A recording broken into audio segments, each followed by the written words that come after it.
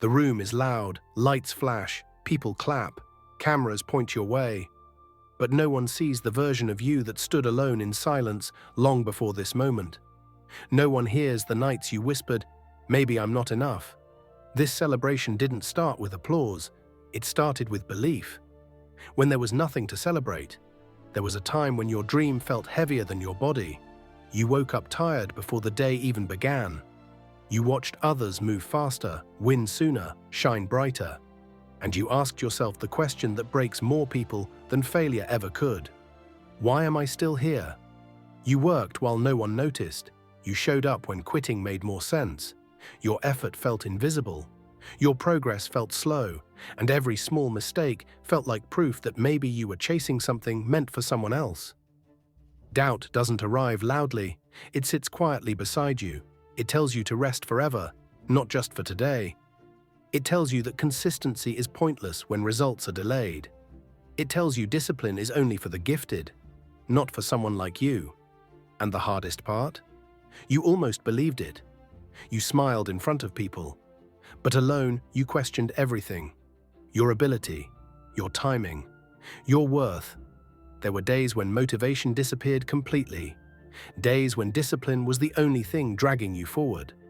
Not passion, not excitement. Just a decision, I will not stop today. No one celebrates those days. No one claps for quiet discipline. No one cheers for consistency that produces nothing yet. But that's where everything changed. Not in a viral moment, not in a sudden win, but in a small internal shift.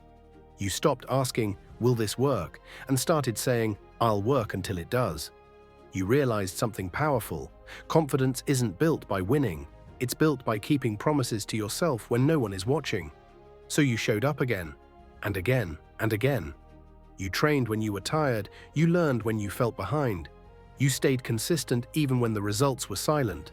Fear didn't disappear. You just stopped letting it drive. Fear said, "What if you fail?" You answered, "Then I'll learn." Fear said, "What if they judge you?" You answered, "They don't live my life."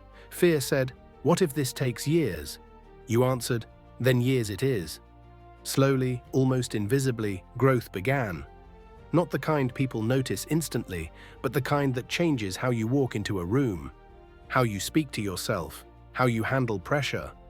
You weren't louder, you were calmer. You weren't faster, you were steadier. Discipline stopped feeling like punishment. It became self-respect. Consistency stopped feeling boring.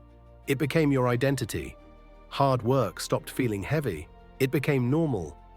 And one day, something shifted. People started noticing what they once ignored. Opportunities appeared where excuses used to live. The same work that felt pointless before suddenly looked impressive. They called it overnight success.